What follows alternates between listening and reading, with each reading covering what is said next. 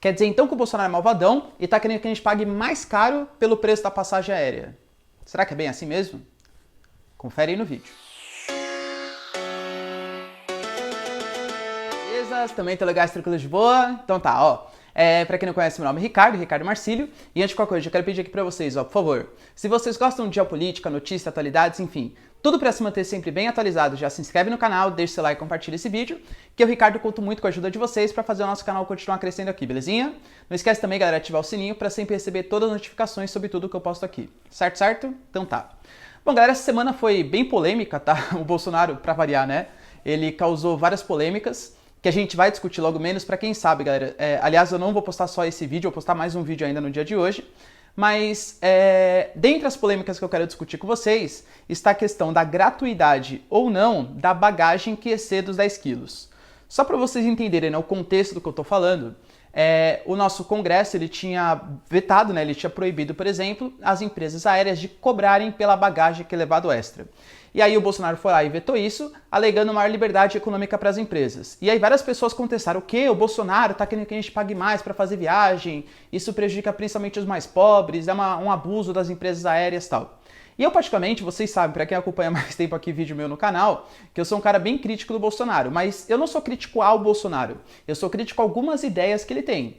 Inclusive as que eu vou criticando aqui no canal. Mas quando as ideias são certas, a gente tem que falar, a gente tem que entender. E essa é uma ideia certa, vamos tentar entender o porquê. Como que funciona esse esquema de gratuidade, né? Essa questão do Estado na canetada tentar regular alguma coisa. Eu vou dar um exemplo para vocês. Quando a gente pega, por exemplo, ó, que é uma coisa que eu defendo, tá? A questão das meias entradas. Então, quem é estudante, né, ou então professores, etc., eles pagam meia entrada em shows, cinemas, enfim, alguns eventos culturais, como uma forma de incentivo à cultura mesmo, ou como uma facilidade para grupos menos favorecidos. Beleza. O que está acontecendo? Quando a empresa, quando o cinema, enfim, algum evento vai fazer um show, ele pensa assim: bom, ó, eu tenho que ter tanto de lucro. Ele pensa num ticket médio, digamos assim, o valor que cada pessoa vai ter que pagar. Vamos dizer que vai ser 30 reais, que 30 reais. 30 reais é o que ele espera receber com cada espectador. Só que ele sabe que existe uma galera que vai pagar meia entrada. Então o que ele faz? Não é que ele cobra 30 e alguns vão pagar 15. Ele sabe que vão ter alguns que vão pagar 15. Então o espetáculo coloca, por exemplo, o preço a 40 reais, sabendo que alguns vão pagar 20. Isso vai fazer com que a média seja 30 reais. Ou seja, se você oferece um serviço de meia entrada, você realmente vai estar beneficiando alguns, que seriam aqueles, né, que são beneficiados com o programa, que eu particularmente acho certo, porque acho que são classes que têm mesmo que ser favorecidas, mas com certeza você não está causando prejuízo para o cinema ou para o evento cultural. Você está causando prejuízo para quem? Para as pessoas que não são aqueles beneficiários. Que é o que acontece nas companhias aéreas. Vocês acham realmente, galera, por exemplo, que proibir, sei lá, a Gol, a Avianca, etc., de cobrarem pela passagem extra dos 10 quilos lá, isso vai fazer com que eles tenham prejuízo, com que eles não cobrem? Não. Eles vão assim: bom, ó, já que eu não posso cobrar das pessoas que vão levar a mais, eu vou ter que cobrar de todo mundo. Então ele vai fazer uma média e, inclusive, aquelas pessoas que não teriam a passagem extra, né, a bagagem extra,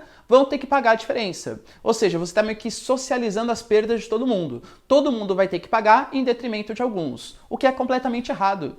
Galera, pensa assim, ó. Eu não sou completamente liberal. Eu acho que sim, o Estado tem que interferir em algumas coisas, mas o mínimo possível. Poxa, sabe por que o preço é tão caro assim? Sabe por quê? Porque tem poucas empresas que fazem tipo de aviação comercial no Brasil. Por quê? Porque existe uma regulação tão grande do Estado que impede com que empresas participem, e isso faz com que serviços piores sejam oferecidos a preços muito altos. Então, por exemplo, se tivessem mais empresas de aviação comercial, com certeza alguma delas iria oferecer o benefício, sem cobrar mais do cara que está utilizando, de ter, sei lá, a bagagem extra de graça. E aí essa empresa ofereceria um serviço melhor, isso faria com que outras empresas também oferecessem serviço melhor, ou seja, a competitividade. A melhor maneira de você oferecer um serviço mais barato, a melhor qualidade de todas, não é o Estado na canetada falando o que a empresa deve ou não deve fazer, e sim permitir maior competitividade para que a própria lei, né, da oferta e da procura, do livre comércio, faça com que as empresas forneçam um serviço de melhor qualidade.